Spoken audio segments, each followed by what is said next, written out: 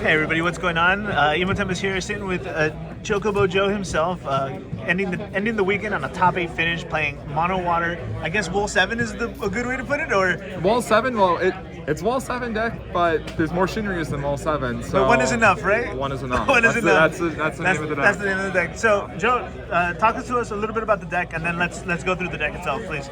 Sure. Wall 7's an insane card. We already know that. I think Alex Hancock showed us that at Worlds, and we had a lot of time to play with it afterwards. KP showed us again at Kansas City. Shout out to both of my brothers on that deck, but it's insane. It's an insane card. I want to play it, and the value is too much. You play it, you get cards that are drawing you cards or playing you additional forwards. It's a card that I wanted to play. But I like consistency. Sometimes I don't like to die to my own rips. So the other thing is I don't like to die to Chaos Art. So I was like, how do I not die to those decks, and how do I get that consistency that I want? I think I built, we played and we've seen on a Firewall 7. We've seen all these different variations of it. I like Water the best. I like the 3-drops. Astrologian Operate, insane backups. We have Glaciella, so many good things. So I was playing it for a long time. 3 copies of Wall, that's you just put in 3 Wall 7s and you just go for it. But what I was realizing in my games is that I was like, I find it turn 1 every game. I have no problem getting it turn 1 every game. The math is there, I find it, and I don't want to play a second copy. The special is in this deck, I'm not protecting Gilgamesh, I'm protecting Viking, I don't care. So the special is there, it exists in the deck, but I never wanted to cast it more than once. So having only one in the deck, we get to play that other really good light card, Shinryu. So that was the basis of the deck that we have. So burning through the deck here, it's we have Leviathan, and we have 3 copies of Leviathan, and turn around. Oh, yeah, if you I can. flip them. Sorry. Guys. So we have 3 copies of Leviathan. It's a beater. It's the scariest water forward that we have, and that was going in the deck. We feed the bin anyway so fast. If we're playing a card like Larsar Arya first, you're already dishing 2, and then we are paying an additional 3 and dulling the backup off the wall. So it's we already are halfway there, just for our initial game plan. So this is a no-brainer. This card's great, and you know that other card that we have with it that we'll see in a second. We'll talk about that when we get there. Ash. Are you kidding me? It costs 1. So good, they made another promo for it. I don't know. Do I need to talk about this more? No. This is an insane card. You put this in when you play Mono Water. You play this card. That's it. It's donezo. Warrior of Light. There's 1. That's it.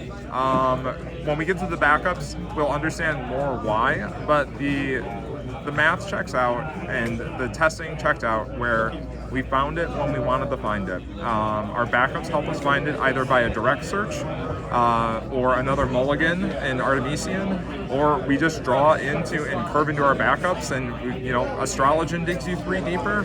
You're going to find it in the first turn. Almost 95%. Check my math if you want to. You only need 1. KP, pull out the spreadsheet. You can do the math for us.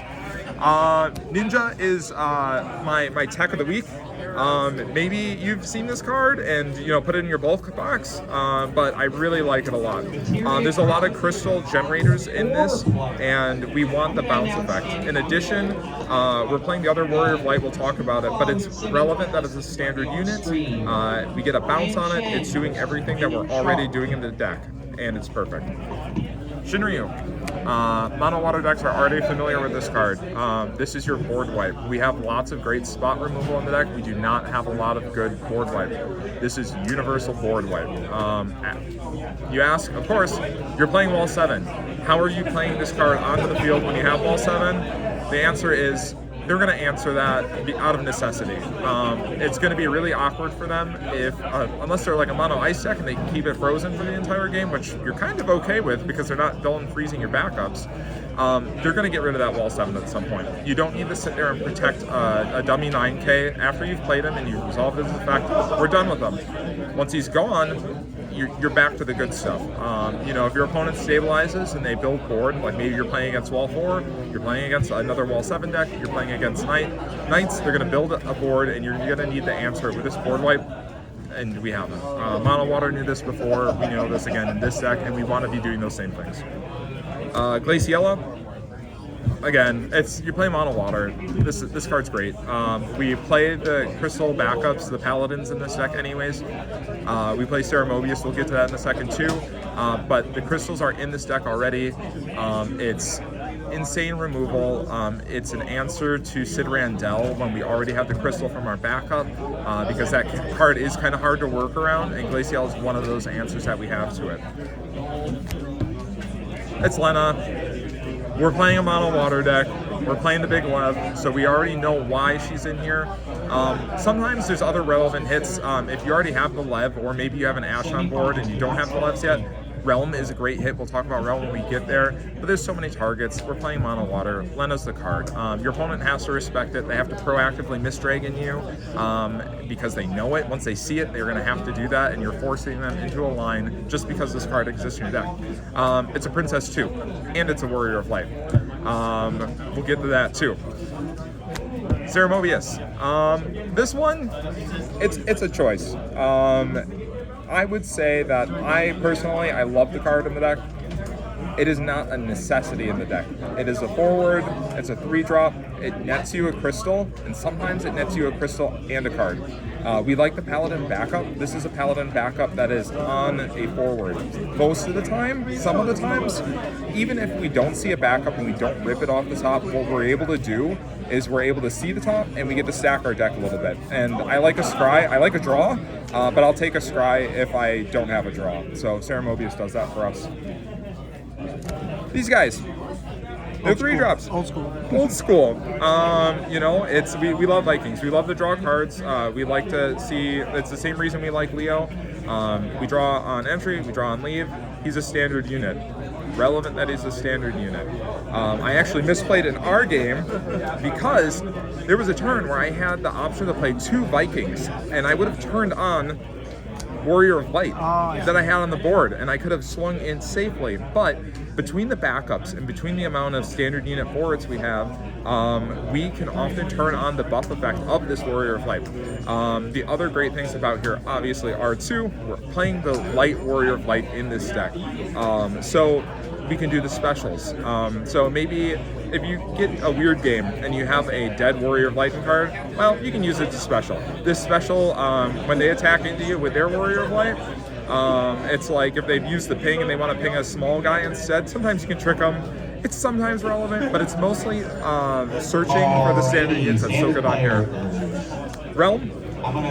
Bounces, works with Lev, it's perfect. Gets us a crystal, perfect. Love the card, one of the best 3-drops in the deck. And we have Log 6. Log 6, again, turns off so many relevant decks that we have. It draws you a card. You may have a bad case of jaundice, but we won't hold it against him. We'll get him some vitamins, and he'll be set up. And I know they're calling pairings for another event. We'll get through it. We can run through the rest real quick. Yeah. We'll get through it. Kuchelines, man, come on. Kuchelines are fantastic cards. It turns off the Sid Randells, it turns off the Refias, it turns off Ramsas, it turns off Laswell. You need this card in the deck. I coped for a long time not trying to put 3 copies in the deck and trying to play other things. This is the card. If I'm playing Mono Water, I almost always want to play 3 copies of this card. The other card that we have to play at this point, Lev 3. We don't have Amaterasu. Amaterasu is really good in this meta right now. We need an answer to it. We have the answer in Lev. Maybe it doesn't do the damage. It's fine. We still need to cancel. It does what it needs to, right? It does what it needs to. And we're just going to start laying these guys out, and we'll tell the story of every single one of them. So, water backups are insane. That's all I can say. They do everything that we want to do. I think that's all the unique ones that we have in here. Look at our Warrior of Light targets that we have here. We have, that's an extra one. These are our Warrior of Light targets. Stack your deck. Pick whatever you want. Get a crystal, draw a card, double resources. A crystal's like maybe half a card. This is insane. Lomperet puts away, maybe you drew that extra Shinryu while you have the Warrior of Light on the field. Put it away, find it later. Waka, dig a steeper. Remember, we talked about Lena being a princess. Braun is fantastic. What else this works with is another popular card from our LB, Leo. That bounce effect is insane. If you bounce your opponent's LV cards, they're gone. It is removal. It is hard removal for a card that you're already playing in the deck. I love this. It's at 1 right now. If you're feeling spicy, I play 2. I played 2 for a long time. I went to 1 here because I really wanted to play this guy. Maybe you remember him if you're an oldie, Artemisian. When I talked about we're always going to find that Wall 7, it's because we have a combination of Larsas and Arias in the deck where we are going to find that Wall 7 turn 1. If you don't find Aria or Larsa or just have the Wall 7 in hand, Artemisian's another way to keep digging us deeper. Astrologian digs us deeper, we have so many options for it, so you're almost always guaranteed to get it. And on the flip side, when we already found our Wall 7, Larsa gets us our Lev or our Shinryu if we need it, or an Ash. Arya also gets us our Lena, because Lena is, again, both a princess and a warrior of light. Good cards. So, give it a shot if you like it. I think it's a great deck. It's super fun. I would run it again. I'm playing it in the standard side of it, and I'm having a good time. But it's 1 is enough, I think, in this deck. So that's all. I won't keep you much longer, so you got a tournament to get back to. Thank you so much. Hey, Any so shout outs? Shout outs to the Rice Fields, all my brothers, my wife. Can I put you in? Okay, just want to make sure. Yeah. She's my constant travel companion, and we don't travel without her. So it doesn't happen without her. So anything that I do here, any success that I have is only because of her. So thank you guys. Take care, man. Good luck. Yeah, And everyone, you. the deck list will be in the description. He's in top 8, top 16. You'll see it up there on FFTech. So thanks, Joe. Take care, bud. Thank you.